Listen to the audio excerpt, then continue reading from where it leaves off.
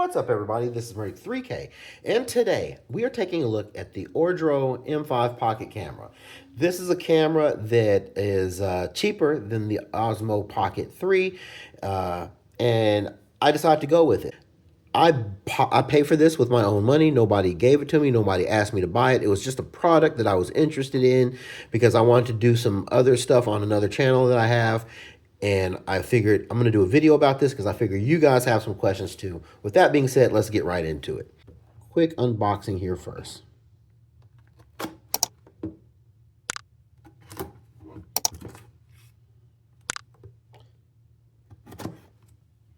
Get the knife out the way.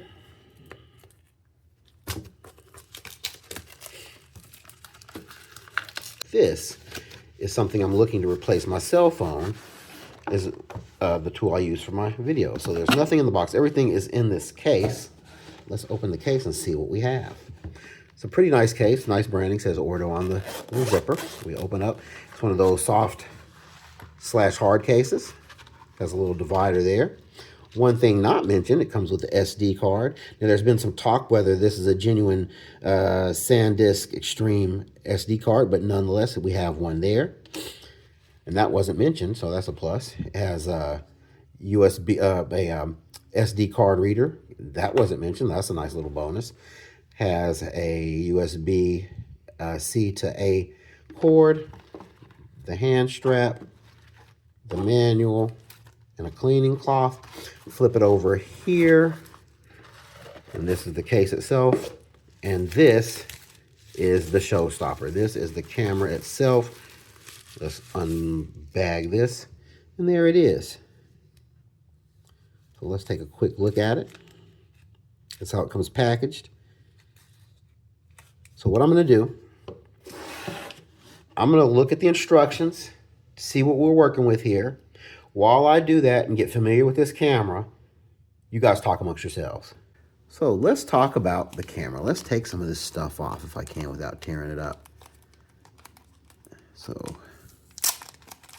there we go. Got that off. There's a little lens cover thing there. Love taking that off. And then there's the touch screen protector. We'll take that right off too. Without nerding out too much, we're going to just talk about the what you see on the lens. The three little dots are infrared illuminators, which aid in its night vision capabilities. And I'm telling you, it's phenomenal. You'll see some clips at the end of the video. On the side of the device, you'll see an IR button. What that IR button does is toggles off and on the infrared illuminators. Below that is an AEL button. Now, what the AEL button stands for, I have no idea. But what it does do, it toggles off and on the auto exposure lock. Just below that is a LED that's going to let you know about charging and other statuses. Another thing, going back to the AEL button, it has a secret feature that the instructions don't talk about. If you long press it, it launches what's called the PTZ mode, and that's pan, tilt, zoom, I'm assuming.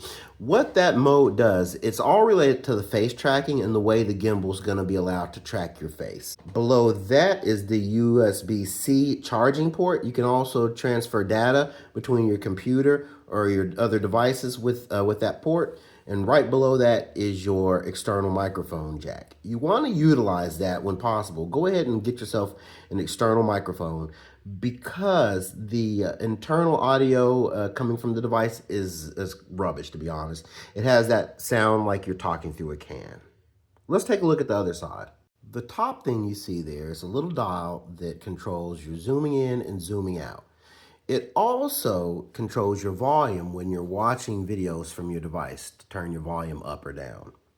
Below that is your shutter button. That's how you either snap your photos or start your video recording. Below that is your power button. You hit that power button and of course you long press it, it turns your device off or on. If you tap it, it enables your settings menu to come up. If you don't want to use your touch screen, you can use the little control pads that we'll see here in a second. Below that is a micro HDMI output, and then just below that is your memory card slot. Let's take a look at the front of the device. Here's the front of the device. What we're looking at is the 3.5-inch flip screen. We flip it over, and then below what we have here is the control pad. In the center of the control pad, you have the OK button, and that's basically how you verify your choices. And then the control buttons controls your camera, the way you pan and tilt it. You can also navigate through your menu features if you choose not to use your touchscreen using these control pads. And OK would verify your selection. Now, if you carefully rotate your screen like so, you'll notice a little dot there. That dot is a manual reset button. You could use a device such as a SIM card remover tool to push that in, and then it would prompt you to factory reset your device. Looking at the bottom of the device, the first thing you'll notice is it has a tripod mount included. It's a 1/4 inch tripod mount, so it pretty much works with all tripod mounts, unless you have just a very huge screw on your tripod mount. To the left and right, I believe those are speakers and probably a microphone built in somewhere in there. It doesn't specify on the instructions, but I'm assuming that's where the microphone's doing its recording as well. But I could be wrong about it. Here you have the little loop holes for the hand strap. I don't know if I'd use a hand strap because it does have a free-floating gimbal, and I wouldn't want to risk damaging my gimbal banging on something while holding it by the hand strap. I would just put it in the case and carry it in the case. Let's power the device on, shall we? So long press this. And this is this orientation you can record in horizontal mode, or vertical mode, I'm sorry. And then this is landscape mode, portrait landscape, I'm sorry. So down like so would be portrait. You can record that way, or you can record in landscape mode. And that's the camera, right? So it has settings. To get to your menu, you hit this, and then there's your settings, and you just go through your settings. To go to the next level, you hit the little cog, and it gives you more options. The Wi-Fi is to enable your remote. The remote is rubbish. Be prepared to make some adjustments because you might be fine, but what I noticed, it overexposes a lot. So for sure, if you don't do anything else, you want to turn down your exposure. But, you know, you do what works for you. Another thing, the display.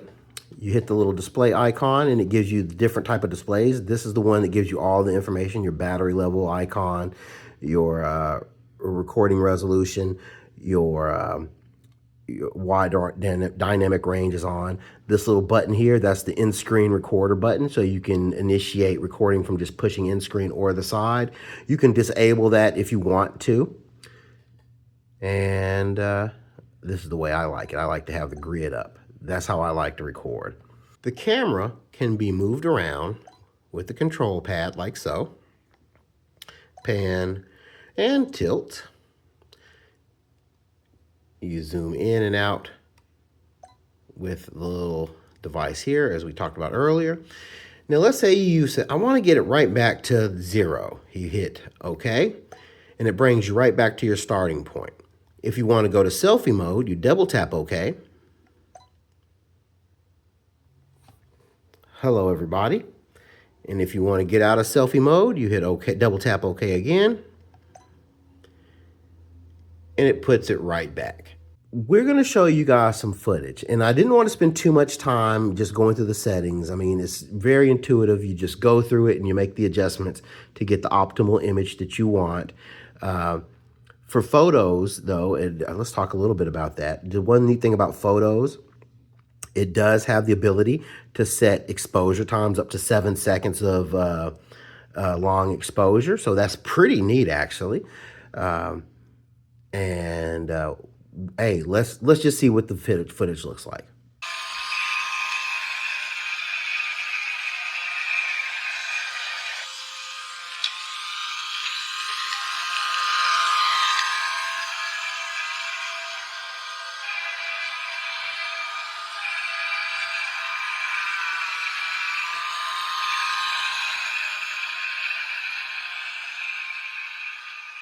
I am in the closet right now, and it is dark.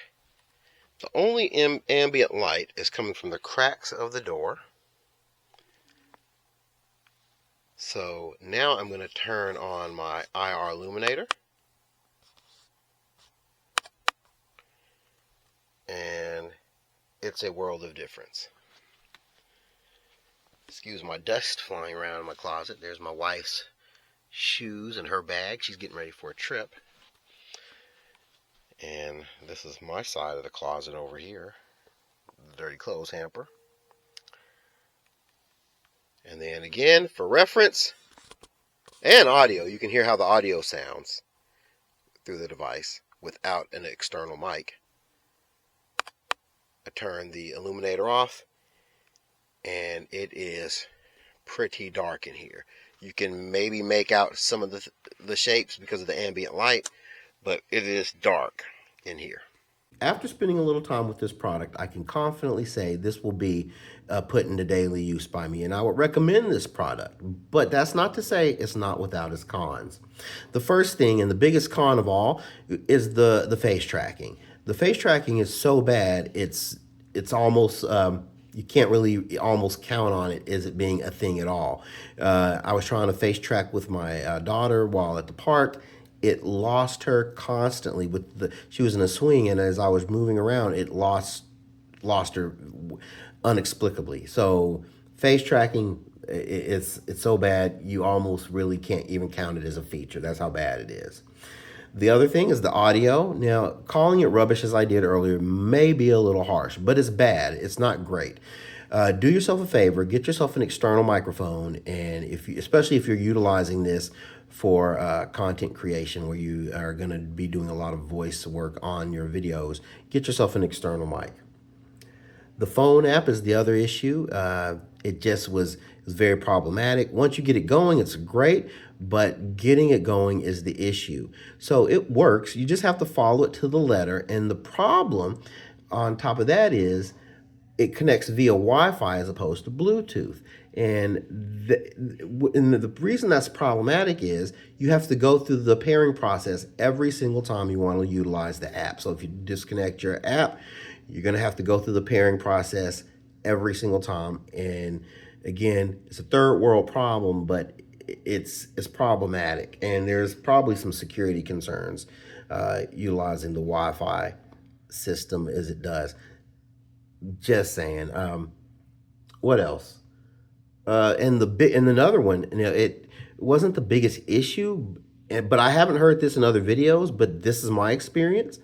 The screen was buggy. And what I mean by that is at times the touch screen was not responsive, and it forces me to utilize the manual settings to navigate through and even to get recording starting. And the only way I could rectify that was to power the device off and back on. Now, once you're recording, I didn't have any problems, but while navigating through settings, this happened. And it happened enough where I need to mention it.